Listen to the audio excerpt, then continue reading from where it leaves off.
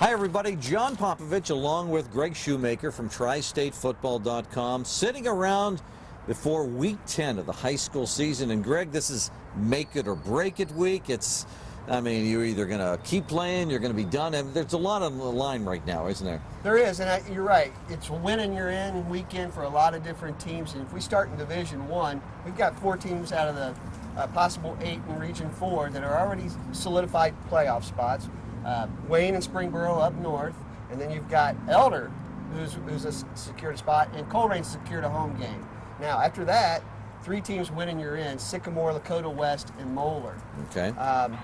Lakota West has Lakota East in the rival game, and they're finished to the GMC schedule.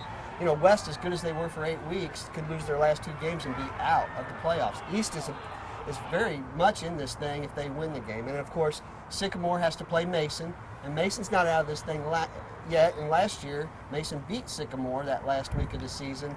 Sycamore didn't play their starters because they were already in the playoffs, but still, one of those teams could end up, Sycamore or Lakota West 8-2 and not in the playoffs. So there's some difficulty ahead. St. X has to win not only against St. Xavier of Louisville, but they need a lot of help along the way. And the same thing with Loveland and Miamisburg. Miamisburg has really thrown a monkey wrench into everything by winning 6 games and beating Lebanon last week. Okay, one of the premier Division I games is LaSalle and Elder, just because it's a GCL game, but Elder's in, like you said, so that's not going to affect them win or lose. No, it's not, but I think they've done such a great job of developing an attitude.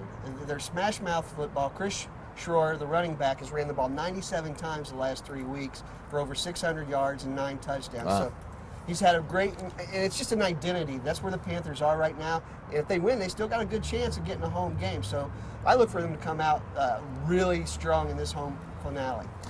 Division II, Turpin continues to play really well. Northwest has stumbled a little bit, but both are very much in the mix, right? Yep, Northwest is going to make their first playoff appearance for the first time since 1990, and only the second in school history. Big time for them. Mount Healthy, who will host Northwest this week, they need to win to get in. They could lose this game against Northwest on Friday night and be 8-2 for back-to-back years and not make the playoffs. So a lot's going on there. Tyree Elliott, their top running back, did not play last week, and that could be a big concern for the Owls in that game. Edgewood is another team. They win. They've got a little bit of work to do, but they beat Northwest last week to put themselves right in the hunt there in Region 8. Okay, as we move on, you mentioned that Western Brown is also one in that Division II category. Western Brown comes to play Norwood, and now that's a game of little significance in past years, but it will be on Friday night. I'll tell you what, if there's a place I want to go see a game on Friday night, Shea Stadium is yeah. awesome. So this would be one of the first times in a long time that the Indians have had a chance to have a big crowd there. You sort of root for them. This could be a high-scoring affair, John. 4,200 yards between both quarterbacks and over 40 touchdowns on the season between the two guys. Last week, Batavia got by Western Brown by running the football. Norwood can't get caught in the trap of throwing the football in a aerial assault with Western Brown in this ball game, or they could be in for a long night. I do expect a lot of points in this football game. Bring back Mark Edwards, huh? Yeah, absolutely. Okay, over at Madeira is going to be a nice game. Wyoming at Madeira, Cincinnati Hills League, playoff spot. I mean, there's a lot on the line here. A lot on the line. The winner is into the playoffs for the most part. Madeira still needs a little bit of work, but if Wyoming wins, they're in the Region 12 playoffs. Only 2 teams have clinched right now in the Division 3 Region 12 playoffs. So a lot going on for them. Madeira, it's going to be tough for them to get in without a win here, but in fact, they're not in without a win. But they're 30-4 in their last 34 games dating back to the end of 2009. So it's going to be a tough luck loser situation again for them. Much like Mount Healthy in Division 2, you hate to see a team with such a good year miss the playoffs. Yeah, a couple of good quarterbacks here. Will Marty for Wyoming and Zach Jansen for Madeira. Yeah, and both of them have won a lot of games during their careers.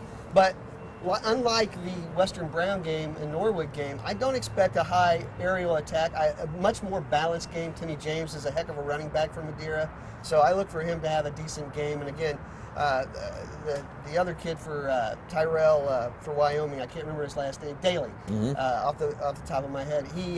He's a nice running back too. So I expect more of a balanced game in that affair. Okay, 9 on your sidelines. Game of the week: North College Hill at CHCA, which CHCA is the only team that's knocked off Madeira right at the beginning of the year. Yeah, they did, and CHCA is a small defense, but they hit very hard. They've won 5 of their last 6 games by shutout.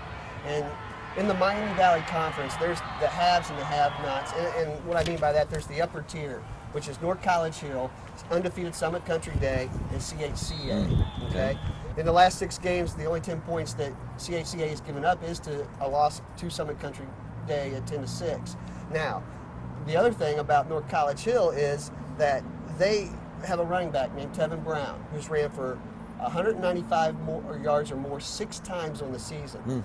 5 of those times are against the 5 teams that CHCA has shut out in the last 6 weeks. So something's got to give here, which is a really nice dichotomy in that game. CHCA has lost 5 of the last 6 games to North College Hill, but I expect a very hard-nosed, very hard-hitting game. 2 smaller teams, but they fly around to the ball. A very fast-paced game in this one too. Okay, let's going to finish up in Northern Kentucky, and this is a game we've talked about for many years, many times. Beechwood and Newcath, gosh, state titles among these 2 teams are numerous, and always a great rivalry. And outside of Highlands or Covcath in Class 4A in Northern Kentucky, I expect either Beechwood or Newcath to play for a state championship. Beechwood's won 5 in a row. Max Nussbaum, their star player, missed the first 3 games with a meniscus tear. Came back in the Covcath game, played sparingly, but since then he's been on a tear. He ran for over 900 yards in 4 weeks. Then last week decided to go ahead and throw for 4 touchdowns on 5 of 6 passing. So he's shown a little bit. He can do a little bit of everything offensively for the Tigers. And I like where they stand. In winning this game against Newcath is always a big hump getting into the playoffs. It's sort of like a precursor to the playoffs for both of these schools. Newcath won three in a row. Dylan Hayes has ran for 9 touchdowns, 3 in each of the last 3 games for the Thoroughbreds. So both those teams, the momentum coming into the playoffs is going to be outstanding. Well, this is what I like about high school football. The regular season, even through Game 10, means a lot, and that's it this week. It really does, and there's going to be a lot of teams that are be excited, and their fans will be too, but there's going to be a lot of teams that are going to be disappointed. It shouldn't be, because they had great seasons. Greg Shoemaker, TriStateFootball.com. Thanks for the expertise. John Popovich, hope to see you at a game Friday night.